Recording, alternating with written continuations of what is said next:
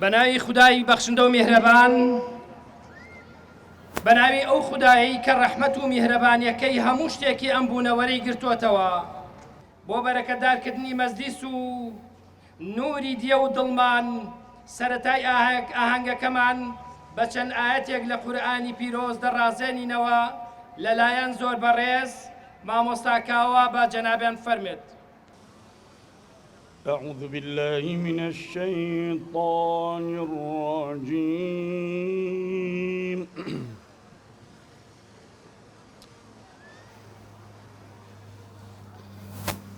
بسم الله الرحمن الرحيم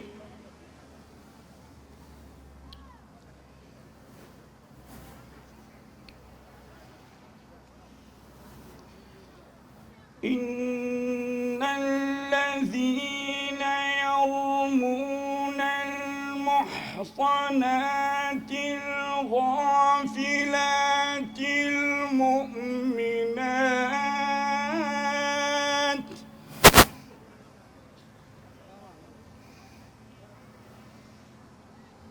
لعنوا في الدنيا والآخرة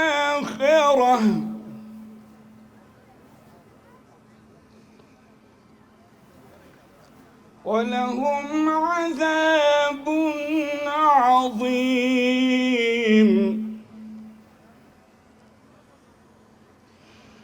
يوم تشهد عليهم ألسنتهم وأيديهم وأرجلهم بما كانوا يعملون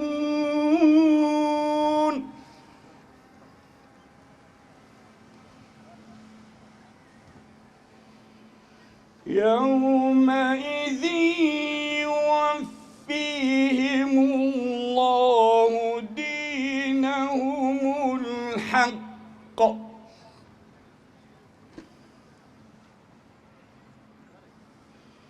ويعلمون أن الله هو الحق المبين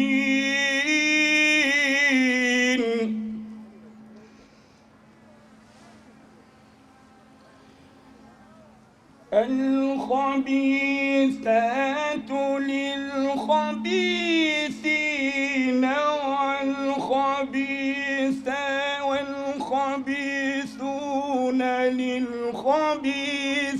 للخبيثات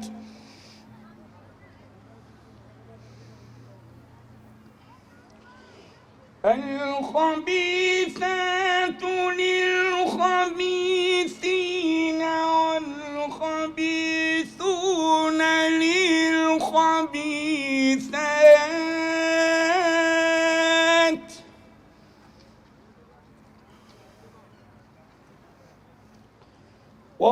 والطيبات للطيبين والطيبون للطيبات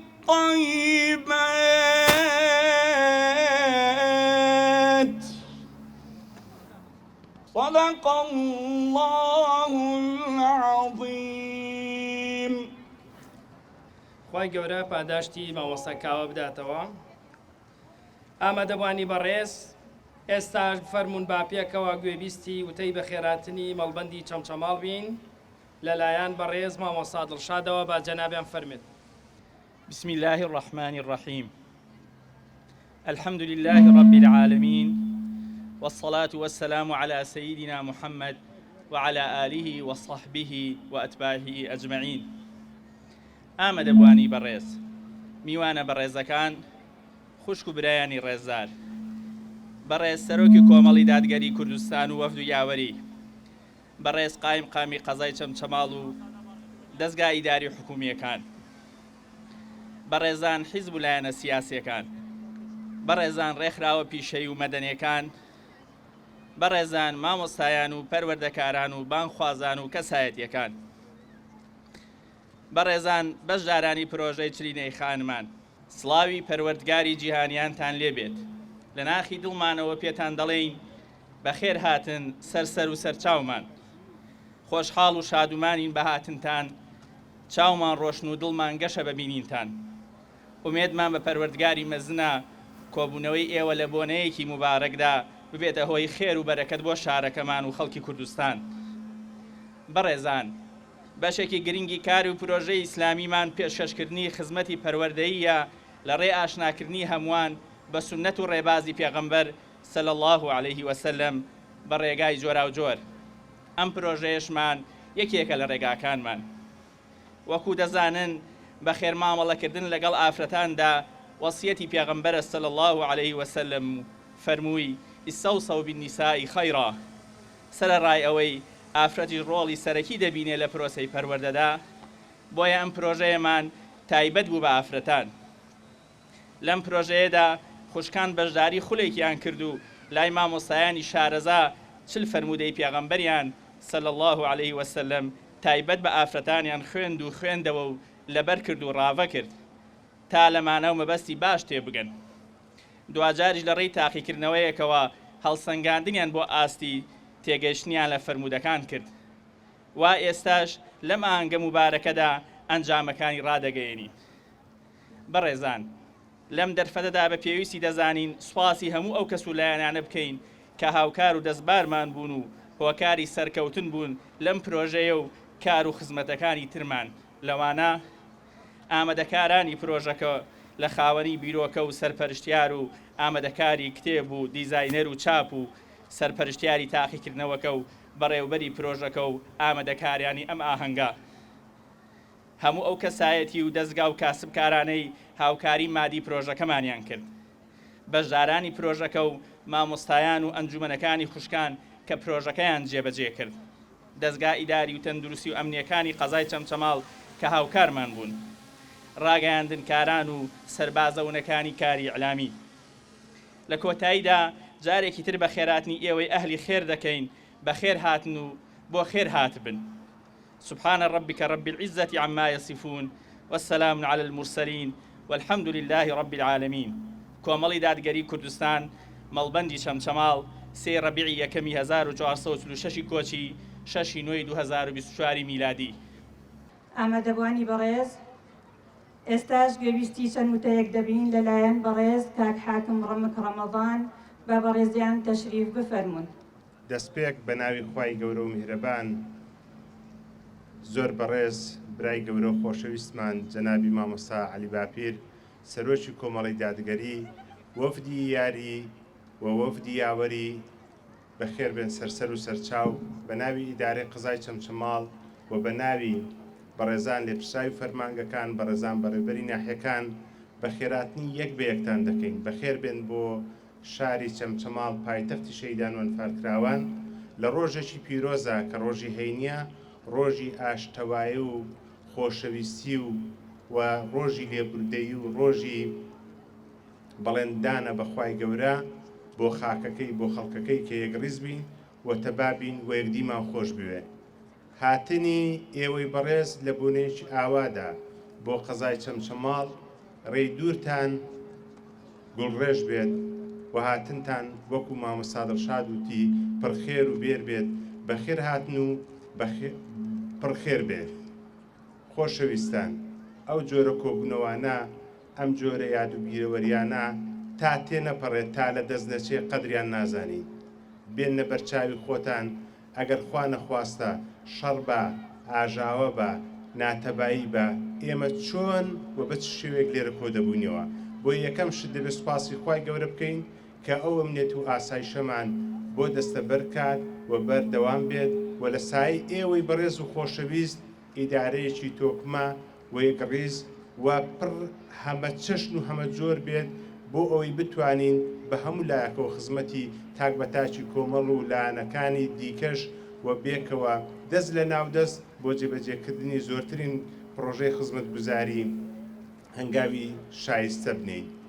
خاڵێکی تر کە دەمەوێت لێرە ئاماژەی پێ بدەم، ئەگەر ئێوەی بەڕێز لەسەردەستی مامۆستایانی خۆتان ڕێگای دروست هەڵنەبژێرن، ئەی بەتەمای چین، بەتەمای عەرەب و تورک و فارسین بین ڕێگای جوان و باشمان نیشاندن، دڵنیا بین تا کورد لە ناوخۆیدا یەکگرتوو تەبانە بێت قەت و بە هیچ شێوەیەک ئەوانەی کە ناوم هێنان هاوکار و پشتیوانمان نابن بەڵکو ئەوان هەمیشە دەیانەوێت کورد بەش بێت تاکو بەسەرماندا زاڵ بن بۆیە لێرەوە پەیامم بۆ هەموو لایەنە سیاسیەکان کە بەرەو هەڵبژاردن دەچین تکایە سیما جوانەکانی سیفاتە بەرزەکانی کۆمەڵگەی کوردەواری پێکاتە جوانەکانی کۆمەڵگەی کوردەواری باتێک نەچێت لەبەر ئەوەی دەنگێک زۆرتر یا دەنگێک کەمتر دێنین داواکارم لێرە لە برای گەورە و خۆشەویستمان مامۆستا عەلی باپیر هەوێنی برایەتی و ئاشتەوایی بێت و بەرەو هەموو قۆناغەکانی تر ڕێگای جوانی هەمیشە لەبەرچاوە بۆ هەموو لایەنە سیاسیەکان و بە تایبەتی بۆ ئیدارەش هەمیشە پشت و پەنا بووە و بۆ پرۆژە خزمەتگوزاریەکانی قەزای چەمچەماڵیش داوای لێ دەکەم هاوکارمان بێ بە پێگەی خۆی بە مەقامی خۆی بە قەول و قەراری خۆی دەگاتە زۆر شوێنی بەرزتر کە پشتیوان بێت بۆ ئاشتی و تەبایی و یەکڕیزی تەواوی خەڵکی کوردستان و بە تایبەت تەکلیفی لێ دەکەم لە خزمەت خەڵکی قەزای چەمچەماڵە درێغی نەکات و دەنگ و داخوازی و داواکاریەکانی خەڵک و ئێمە بگەێنێتە سەروی خۆمان جارێکی تر کاتتان ناگرم گەورەتان کردین ئەوانەی لە ڕێگەی دوورەوە هاتوون بەو هەینیە پیرۆزە ئێمەش لە خزمەت ئێوە داین و هەر بەڕێز و ئازیزێک لە ڕێگەی دوور و نزیک لە چەمچەماڵە پێویستی بە ئیدارە بێت بە دەستگا ئەمنی و خزمەت گوزاریەکان بێت دەست لە سەرسنگ دەوەسین بۆ جوانترکردنی بۆ باشترکردنی بۆ بەرەو پێشکردنی سنووری قەزای چەمچەماڵ و بە تایبەت کچە سەلار و شێرە ژنەکانی قەزای چەمچەماڵ شاد و سەربەرز بن.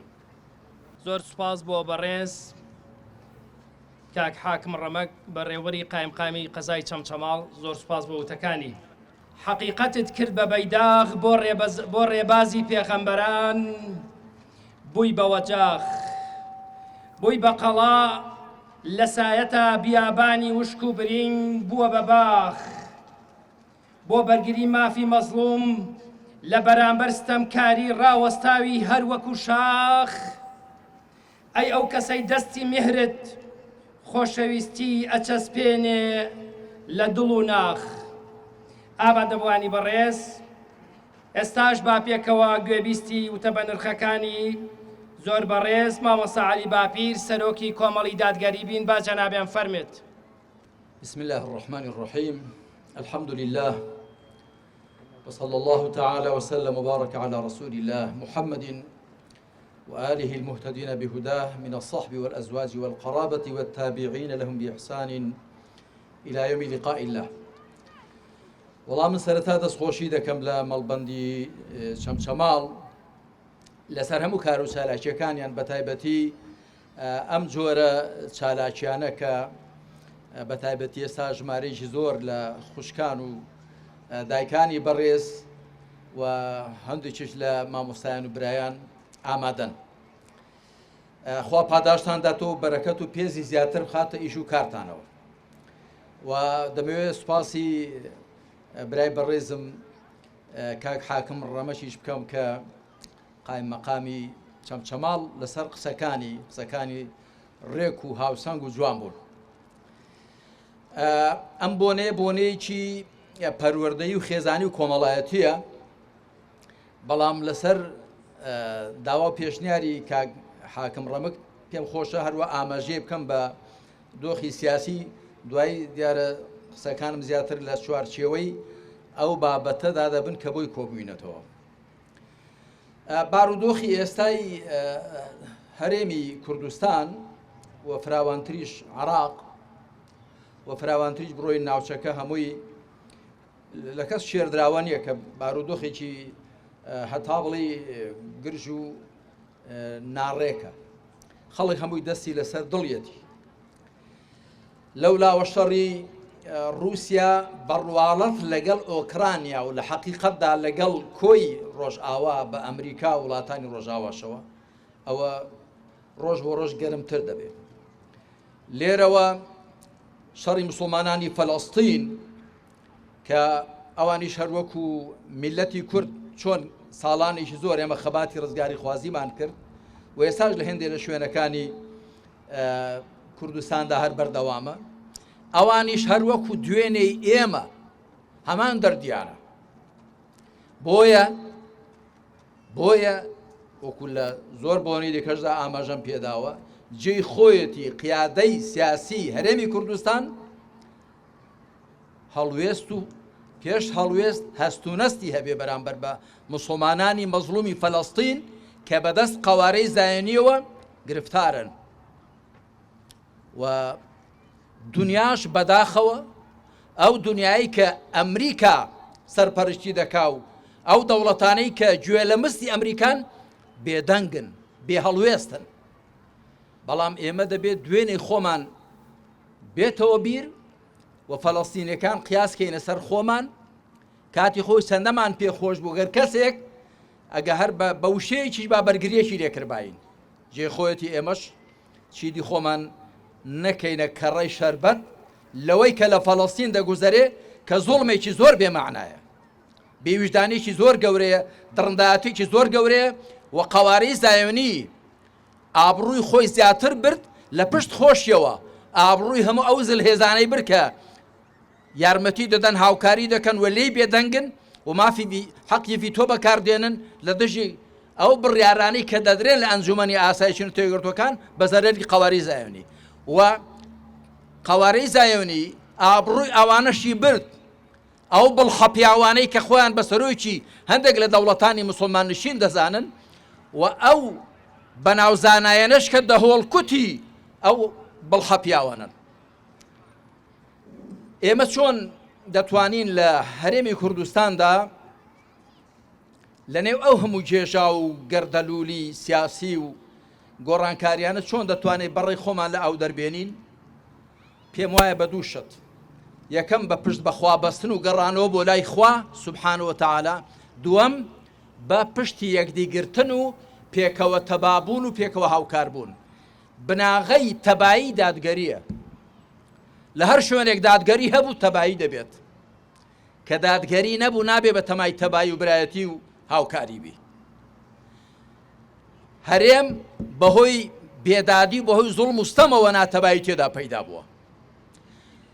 هەڵبەتە پێش ئەوەش بەهۆی دوورکەوتنەوە لە خوا و لە ئاینی خوا و لە هیدایەتی خوا. ئەگەر ئێمە ڕاستکەین لەگەڵ موسڵمانەتیدا ئیسلام پێمان دەفەرمێ پێکەوە بن، یەک بن، یەکدیتان خۆش بوێ، پێکەوە هاوکار بن. وتعاونوا على البر والتقوى ولا تعاونوا على الإثم والعدوان.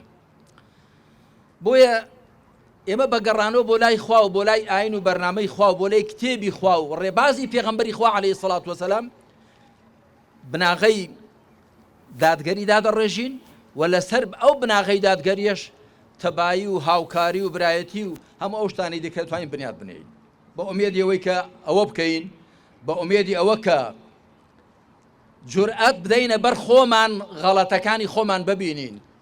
وەکو زۆر جار گوتومە هەنگاوی یەکەم ئەوەیە کە خۆمان لە چه دۆخێک داین ئەو دۆخی خۆمان ئاوا ببینین، خاتری خۆمان نەگرین، زوڵم بۆ خۆمان نەکەین، هەروەک زوڵمیش لە خۆمان نەکەین، خۆمان عیبەکانمان بزانین، کەم و کوڕەکانمان بزانین، دەستیان بخەینە سەر، بوێرانەش چارەسەریان بۆ دابنێین.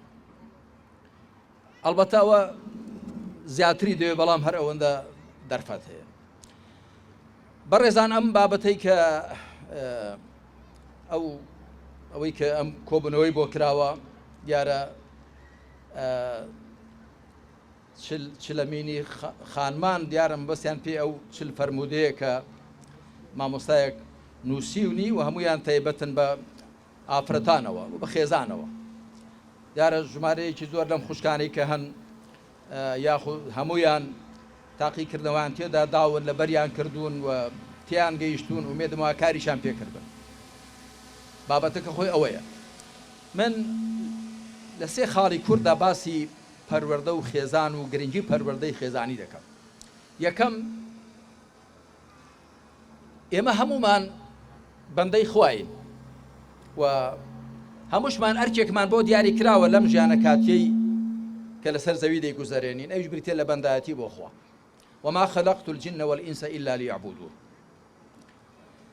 لە بەندەی خوابووندا و لە مرۆڤبووندا و لە بەرپرسیاربووندا بەرامبەر بە کۆمەلگا و بەرامبەر بە دینژینی کۆمەلگا هەومان یەکسانی.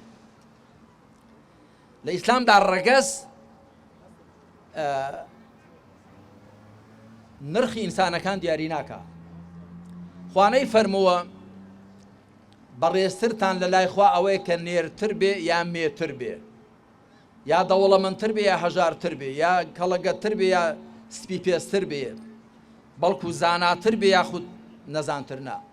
ئین ئەکرەمەکم عند الله ئەتقاکم، بەڕێزترتان لای خوا ئەوەیە کە پارێزکارتر بێ. پارێزکاری واتە مرۆڤ لە خۆی وریا بێ ئەرکەکانی سەرشانی بەجێ بێنێ و حرام کراوەکان و قەدەغەکانیش نەشکێنێ. چی ئەو سیفەتەی زیاتر تێدا بێ واتە زیاتر پابەڵمەی بە شەریعەتەوە، لای خوا ڕێز و حورمەتی زیاترە. هەمومان بۆ بەندایەتی بۆ خوا دروستکراوین. خوای پەروەردگار نیوەی مرۆڤەکانی بە شێوەیەکی هاوکۆیی معەدەل نیوەی مرۆڤەکانی بە نێر دروست کردوون، نیوەشیان بەمێ. بۆ چونکە بە نێر و مێ نەبێ ژیانی مرۆڤ بەردەوام نابێ. والليل إذا يغشى والنهار إذا تجلى وما خلق الذكر والأنثى.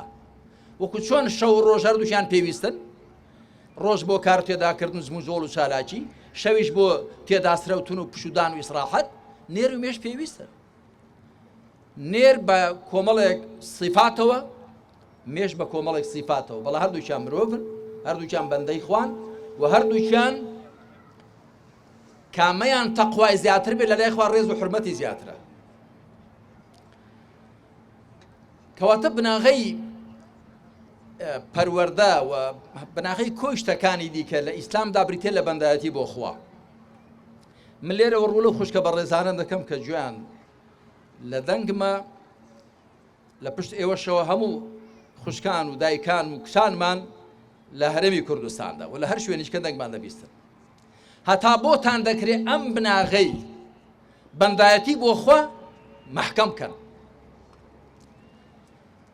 بناغەکە تەبعاً لە ئیمانەوە دێ، خوا بناسی وەکو تاکە بەدیهێنەر و پەروەردگار و پەرستراوی خۆت، و پاشان بڕات بە دیداری خوا بە ڕۆژی دوایی بێ، بڕات بە فریشتەکانی خوا بێ، بە کتێبەکانی خوا، بە پێغەمبەرانی خوا عەلەیهیمو سەڵات وەسەلام، بە نەخشە و ئەندازەگیری خوا. ئەمە ئیمان و عەقیدە. دوایی پەرستشەکان لەسەر ئەم بناغەیە ڕۆدەندرێن، بنیاد دەندرێن. پێنج فەرزەی نوێژ، هەروەها زەکاتدان و ڕۆژ و گرتنی مانگی ڕەمەزان و حەج و عومرە و ذیکر و یادی خوا، هەم ئەوانە لە ئیمانەوە هەڵدەقوڵن. بە بەندایەتیمان بۆ خوا لە خۆماندا تۆخترکەینەوە. ئەمە بناغەیە. پاشان خوشکانی بەڕێز، برایانی بەڕێز، مامۆستایان، خێزان یەکەی کۆمەڵگایە. وەکو چۆن هەر بینایە کە دەیبینی کۆمەڵ لە کۆمەڵی خشت، کۆمەڵی کەرەسەی خاو پێک دێ، کەرەسەی خاوی یاخو خشتی یەکەمی بنیاتنانی کۆمەلگا بریتێ لە خێزان. خێزانیش لە ئیسلامدا یەک جۆر خێزان هەیە. ئەوەتان پێ سەیر نەبێ چون ئێستا لە ڕۆژئاوا چەند جۆرێک خێزان هەیە، بەڵکو نەتەوێگردوەکان بەڕەسمی دانی هێناوە بەلای کەمەوە بە 14 جۆر خێزاندا. 14 جۆر خێزان لای ئێمە ئافرەت و پیا و خێزان پێک دێنن، بەڵام وەختێک لە فیتڕەت و لە ناخ و زەکمایکی خۆمان لا دەدەین، لە وەحی لا دەدەین، تووشی هەڵدێری شوێنکەوتنی ئارەزوەکان دەبین، لەوێ جاوجار دوو پیا و خێزان پێک دێنن، دوو ئافرەت خێزان پێک دێنن، لە دەرەوەی خێزان پێک دێ، منداڵی دیکە دەکەنەی خۆ لەگەڵ ئاژەڵ خێزان پێک دێ، ئەنواع و ئەشکال خێزان هەیە. لە ئیسلامدا خێزان یەک جۆرە. ئەوەی کە عەقڵ و مەنتیقیش تەئیدی دەکە هەرەوەیە، پیاوێک و ئافرەتێک کە پێغەمبەر عەلەیهی سەڵات وەسەلام پیاوەکان دەدوێنێ و دەفەرموێ ئیستەوصوا بالنساء خەیڕا فإنكم أخذتموهن بأمانة الله واستحللتم فروجهن بكلمة الله. ئەمە لە صحیح بوخاری مسلم داهاتوە. دەفەرمێ هەتا بۆتان دەکرێت لەگەڵ ئافرەتان باش بن پیاوەکان. بە ئافرەت نافەرمی لەگەڵ پیاو باش بە، بە ئافرەت دەفەرمێ ڕێزی مێردەکەت بگرە، بە قسەی بکە، ڕێزی بگرە، چونکە ئەو سەرپەرشتیاری خێزانە، بەڕێوەبەری خێزانە. بەڵام بە پیاو دەفەرمێ لەگەڵیان باش بن. چونکە ئێوە ئەوانتان وەرگرتووەکو ئەمانەت و سپاردەی خوا و ئەوانتان بۆ خۆتان ڕەوا کردووە بە فەرمایشتی خوا بە کەلیمەی خوا. ئەوە خێزان ئاوا لە ئیسلامدا دروست دەبێت. پیاوێک و ئافرەتێک بە وشەی خوا بۆ یەکدی حەڵاڵ دەبن بە شایەدی کۆمەڵێک پیاوان و ئافرەتان و بە سیغەیە کە شەریعەت دیاری کردووە و پیاوەکە کۆمەڵێک ئەرکی لەسەر شانە، ئافرەتەکە کۆمەڵێک ئەرک، پێکەوەش ئەرکی هاوبەشیان هەن. ئەو ئەرکانەی کە خوا بۆ پیاوان دایناون لەگەڵ سروشتی پیاواندا دەگونجێن. وعلى المولود له رزقهن وكسوتهن بالمعروف. ئەوەی کە کوڕەکە دەبێتە هی ئەو ڕەچەڵەکی دەچێتە سەری کە پیاوەکەی بابەکەیە، بژیودان و بەرگ و پۆشاک و جێگە و ڕێگە دابینکردن، ئەسکینوهن من حیث سەکەنتم هەمووی لەسەر پیاوە. ئافرەت چه ئەرکێک دەبینێ؟ والوالدات يرضعن أولادهن حولين كاملين. دایکان 2 ساڵی ڕەبەق شیر دەدەن بە منداڵەکەیە. تەنیا ئافرەت دەتوانێت منداڵی ببێ. هەموو پیاوی دنیا کۆ بکەوە، تەنانەت ئەوانش کە خۆیان کردو بەژن، لە ئەوروپا ئەوەش هەیە، هەندێک پیاو خۆ دەکەن بەژن، هەندێک ژن خۆ دەکەن بە پیاو، بەڵام نا ئەوەی کە خۆی کردو بەژن بۆتە ژن، لە پیاو شۆراوە نەش بۆتە ژن، من ناتوانێت منداڵی ببێ. نە ئەو ژنەش کە خۆی کردەوە پیاو بۆتە پیاو، لە ژن شۆراوە نەش بۆتە پیاو، بۆتە مەخلوقێکی مەمسوخ و مشەوه. تەنیا ئافرەت دەتوانێت منداڵی ببێ و تەنیا ئافرەت دەتوانێت منداڵ بخێوکە کە بەداخەوە لە کۆمەلگایەکی مادیگەری و لە کۆمەلگایەکدا کە مرۆڤ بە ئاژەڵ تەماشا دەکەن و تەنیا وەکو جەستە تەماشای دەکەن و تەنیا حیسابی دنیا دەکەن، حیسابی قیامەت ناکەن، ئەو ئەرکەی ئافرەت بەکەم تەماشا دەکرێت کە بریتێ لە دروستکردنی مرۆڤ و پەروەردەکردنی مرۆڤ بە خێوکردنی مرۆڤ. ئەگەر پیاو خان و بەرەو بینا دروست دەکا، ئەگەر پیاو شەڕ و شۆڵ دەکا، ئافرەت لە ماڵێ مرۆڤ دروست دەکا، مرۆڤ پەروەردە دەکا. دایک یەکەمین قوتابخانەیە. خێزان ئەو قاڵبەیە کە دەبێ مرۆڤ تێیدا لە قاڵب بدرێ، پەروەردە بکرێ. پێغەمبەر صلی الله عليه وسلم دەفەرمێ ما نحل والد ولده أحسن من أدب حسن، يعني خلق حسن. هیچ باب و دایکێک دیارەیەکی بە نرختری نەداوە بە منداڵەکەی خۆی چاکتر لە ڕەوشتی جوان، ئەدەبی جوان. قۆناغ یەکەمی پەروەردە خوشکە بە ڕێزەکانم لە دایکەوە دەست پێ دەکا، نەک لە بابەوە. جارێ ئەو دایکە وەکو چۆن پیاو دەبێ هەوڵدا دایکێکی باش بۆ منداڵەکانی پەیداکە، یعنی چی؟ یعنی هاوسەرگی لەگەڵ ئافرەتێکی باش بکە کە دوای بەو دایکەی خۆیان شەرم نەبێ. ئافرەتیش دەبێ هەوڵدا بابێکی باش بۆ منداڵەکانی داهاتووی پەیداکە، واتە هاوسەرگیری لەگەڵ پیاوێکدا بکە کە منداڵەکانی پیان شەرم نەبێ. جا کە منداڵ لە دایک دەبێ یەکەمین هەنگاوی پەروەردەی لەگەڵ ئەو شیرەی کە دایکی منداڵەکەی پێ فرچک دەدا لەوێوە دەست پێ دەکا کە بە ناوی خواوە شیری بداتێ، پەروەردەی کە لایەلایی بۆ بکە و ئەو کەلیمە بەرز و جوانانەی لە عەقڵ و دڵدا بچێنێ، پەروەردەی کە لەوێوە دەست پێ دەکا. بۆیە ئەو کۆمەلگایانە سەرکەوتون کە خێزان تیاندا تۆکمە و دامەزراوە. من بەرپرسێکی ئەم وڵاتە پێی گوتم کە باس و خواسی جێندەر و فێمینیزم گەرم بوو، میش ڕەخنەم لێگرتم گوتمەوە چییە ئەو باس و خواسە گەرمە، یعنی مە هیچمان نەماوە، هیچ گرفتێکمان نەماوە چارەسەریکەین، ئەوە نەبی خێزانەکانمان لێک هەڵوەشێنی بە دەردی ئەوروپا بچین. ئەویشتی مامۆستا بە سەراحەت پێت بڵێم زەختی زۆرمان لەسەرە. گوتم چی یەکتی وڵاتە ئەوروپیانە؟ زەختی چی دەکەن؟ دەڵێن دەبێ مەسەلەی جێندەر و فێمینیزم و ئافرەت بە کەیفی خۆی بێ، پیاو بە کەیفی خۆی لە دەرەوەی خێزان ممارەسەی جینس بکەن و چی و چی ئەوان. ئەمیشتم جا پێت وایە بۆچی وا دەکەن؟ گوتی وەڵا دەیانێ وەکو خۆیانمان لێ بکەن. گوتم خۆیان چیان لێ هاتووە؟ گوتی وەڵا خۆیان منداڵی بیژوو زۆڵیان زۆر زیاتر لە منداڵی شەرعی بڕەوە، خێزانیان هەڵوەشاوە، کەس نازانێت چیان لێ هاتووە، دەیانێ ئێمەش وا لێ بکەن. گوتم وەڵا گەر ئەوە بزانی زۆر باش. خاڵێکی دیکە مەویست باسی کەم لە مەسەلەی پەروەردە و لە مەسەلەی هەڵسوکەوتی خێزانیدا خوشکە بە ڕێزەکان و برانی بە ڕێز و مامۆستایان، هاوسەنگی لە ئیسلامدا زۆر گرنگی پێداوە. ئیسلام زۆر گرنگی بە هاوسەنگی داوە.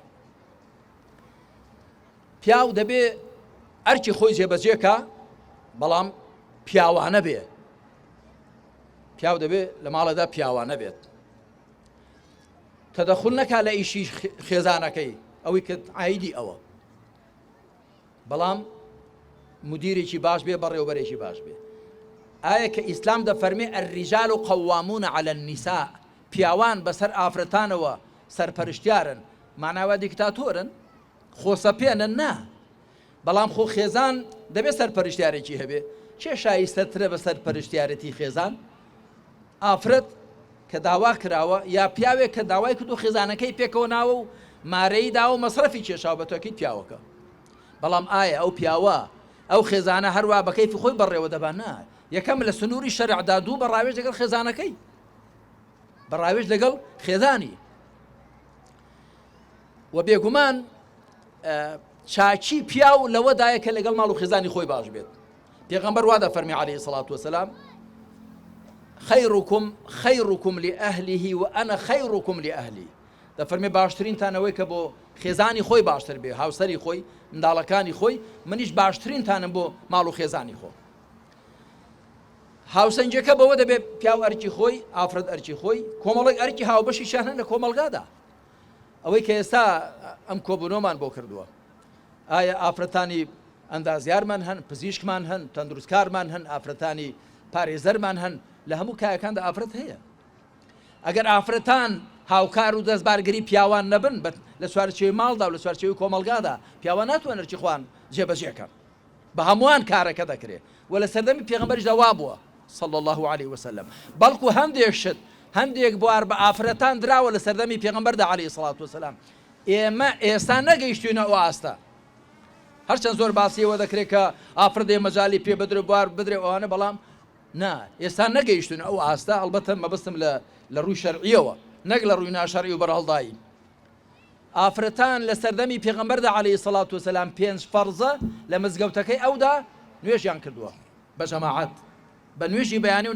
بە نوێژی خەوت نانیشەوە ئێمە ئێستا لە هەندێک لە مزگەوتەکان ئەسەن ئافرەت نان بۆ نوێژی جومعەش بواریان پێ نادرێت پێشانە ئەوە دینداریە لە سەردەمی پێغەمبەردا عەلەیهی سەڵات وەسەلام ڕۆژێکی تایبەتی دانابوو دەبێت لە هەفتەدا یان لە مانگدا لە صحیح بوخاری مسلمدا تۆ تایبەت بە ئافرەتان قسەی تایبەتی خۆیانیان هەیە ڕاز و نیازی خۆیانیان هەیە هەندێک گرفت و کێشەی خۆیانیان هەیە لە خزمەت پێغەمبەردا عەلەیهی سەڵات وەسەلام باسییان دەکرد خاڵێکی دی کە دەیکەم بە کۆتا خاڵ ئەوەیە ئەگەر دەمانەوێت منداڵەکانمان هەرچی زیاتر ساڵح بن چاک بن بە گەورەی خەفەتیان لێ نەخۆین با بە گچکەیی خەمیان لێ بخۆین مشوریان بخۆین هەر کەسێک بە بچووکی خەم لە منداڵی خۆی بخوا باش پەروەردەی کا باش ڕای بێنێ باری بێنێ لەسەر خەتی شەرع کە گەورە بوو بۆی نابێتە مای دەردی سەر و غەم و ناسۆر و ناڕەحەتی من ئێستا زۆر خەفەت دەخۆم زۆر ماڵ هەیە زۆر باب و دایک هەیە دێن بۆ لام دەڵێن کوڕەکەمان لاسارە کچەکەمان ئاوایە ئەوی دیکە ئاوایە کلەی دەکۆڵمەوە تەماشا دەکەم بە گچکەی خەمی لێ نەخواردووە وەکو بەسەراتێک دەژێڕدرێتەوە دەیکەم بە کۆتایی قسەکانم و عیبرەتی زۆری تێدایە کابراک دەشێ بۆ لای عومەری کوڕی خەتاب خوا لێ ڕازی بێ کە خەلیفەی موسڵمانان بووە خەلیفەی دووەمی پێغەمبەر عەلەیهی سەڵات وەسەلام سکاڵای لێ دەکا لە دەست کوڕەکەی دەڵێ کوڕەکەم لاسارە و بە قسەم ناکە ئەویش کوڕەکەی بانگ دەکات دەڵێ ڕۆڵە بۆ بە قسەی بابن ناکەی ڕێزی ناگری و حورمەتی ناگری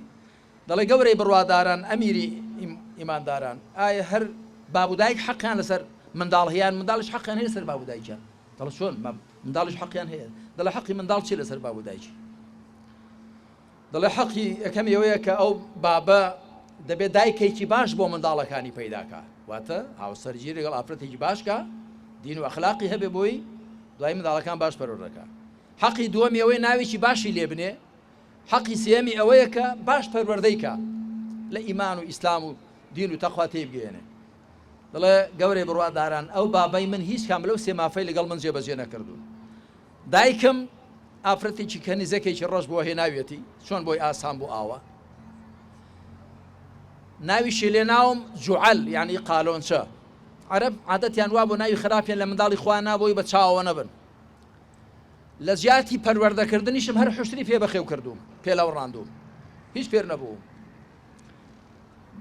دەڵێن عومەر خوا لێی ڕازی بێ بە بابەکەی گوت پێشەوەی تۆ ئەو مافی تۆ فەوتێنێت تۆ مافی ئەوت فەوتاندووە. جا من ڕەجا دەکەم لە دایک و بابەکان ئاگان لە منداڵەکانیان بێ بە بچووکی ئاگان لیان بێ بۆی بە گەورەی خەمیان لێ نەخۆن، بۆی بە گەورەی بۆیان نەبنە مای عیبداری و شەرمەزاری. خۆتان دەزانێت ئێستا بە تایبەتی زمانی ئینتەرنێت و فەیسبوک و ئەوانەیە ئاگادارن کە چۆن خەڵک بە ئاسانی دەستی دەگاتە خێر و شەڕ. بەڵام ئەگەر خێزان باشی پەروەردەکە بیخاتە نێو کۆمەلگا سەلامەت دەبێت و پەروەردەکردنی شەرەوە نیە خواردن خێ گەدەیەوە بەڵکو پۆشاک بخێ سەرجەستەی بەڵکو بەر لەوە بزانی چه زانیارێک دەخێ مێشتی و عەقڵی و چه هەستونەستێک دەخێ نێو دڵ و دەرونی دەبێ عەقڵ و دڵی پەروەردەکەی بەر لەوەی خەم لە جەستەی بخۆی خەم لە ناخی بخۆ. من جاریش کە دەستخۆشی دەکەم لە مەڵبەندی شەمچەماڵ بۆ هەموو کار و چالاکیەکانی بە تایبەتی بۆ ئەم چالاکیەوە دەستخۆشی دەکەم لە هەموو ئەو خوشکە بە ڕێزانەی کە ئەم کتێبەیان خوێندووە و تاقیکردنەوەیان لێداوە کە بە تاکید فەرمایشتەکانی پێغەمبەر صلی الله علیه و سلم کە لەو نامیلکەیەدا هاتوون و ڕاستیەکانی شەریعەت تەنیا ئەوە نین بەڵکو پێش فەرمایشتەکان لە قورئاندا هەر ڕاستیەکانی ئیسلام. بۆیە خوشکە بە ڕێزەکان ئەوانی کە خوێندویانە نابێ بۆ ئەوەندە ئیکتیفا بکەن ئەمە سەرەتایە خوا پشتیان بێ لەسەری بەردەوام بن و هەموو لایەکمان بەردەوام بین لەسەر زیاتر وەرگرتنی زانستی شەرعی معریفەت و شارەزایی و پاشان خۆ پەروەردەکردن و خۆ چاکردن تا شایستەی ئەوە بین بڵێن بەندەی خواین و شوێن کەوتوی پێغەمبەری پێشەواین صلى الله عليه وسلم. والسلام عليكم ورحمة الله. زۆر سپاس و دەستخۆشی بەوە ڕێز مامۆسای قەدرگران مامۆستا عەلی باپیر خوای گەورە پاداشتی بە خێری بداتەوە بەوتە بە پێزەکانی. میوانانی بەڕێز ئێستاش داوا لە بەڕێز مامۆستا ئاسۆ بەرپرسی پەروەردەی مەڵبەند دەکەین بفەرمونون لەگەڵ پێدانی دەستخۆشی بۆ زۆر بەڕێز مامۆستا محەممەد چیمەنی کە ئەرکی دیاریکردنی فەرمودەکانیان لە ئەستۆ گرتبوو خوای گەورە پاداشتی بە خێریان بداتەوە با جەلابیان بفەرمونون.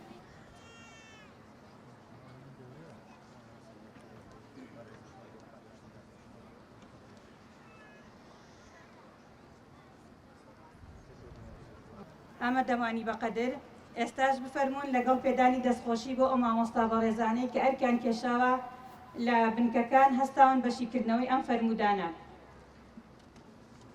بەڕێز مامۆستا جەزا،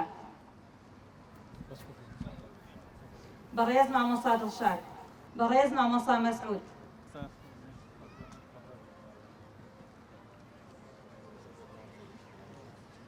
بەڕێز مامۆستا شوان، بەڕێز دکتۆرە پەری، بەڕێز دکتۆرە عالیە، بەڕێز مامۆستا ئەڤین،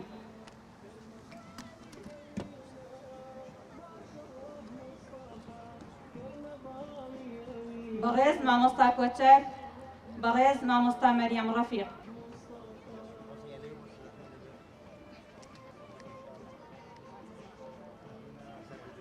زۆر سپاس و دەستخۆشی بۆ هەرێکە لە مامۆستا بەڕێزانە کە بە جۆرێک ئەرکی نووسین و شیکردنەوەی فەرمودەکانیان لە ئەستۆ گرتبوو خوای گەورە پاداشتی بە خێریان بداتەوە.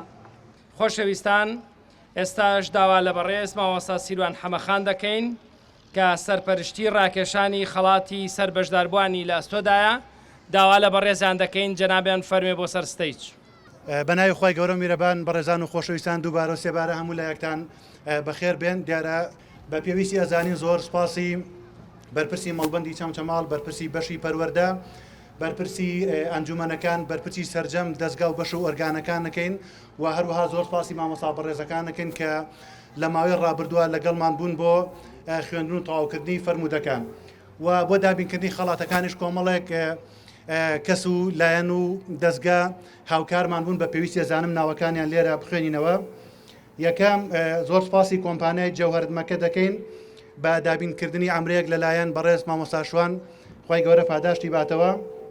ئەمرەی دووەممان لەلایەن زۆر بەڕێزان کاک دکتۆر نەوشیروان و کاک نەجاد ڕەنان کە ئەمرێکیان کردو بۆ دایکی بەڕێزان کە لە ماوەکانی ڕابردووە کۆچی دوای کرد و خوای گەورە لێ خۆش بێت و هەروەها خەڵاتی سێهەمان دوو دابینکردنی دوو ئەمرە لەلایەن زۆر بەڕێز کاک حاجی ئەیوب نادیر خوای گەورە لێ قبوڵ بکات و هەروەها خەڵاتی چوارەممان دابینکردنی ئەمرێک لەلایەن کاک حاجی کازم ڕەنان.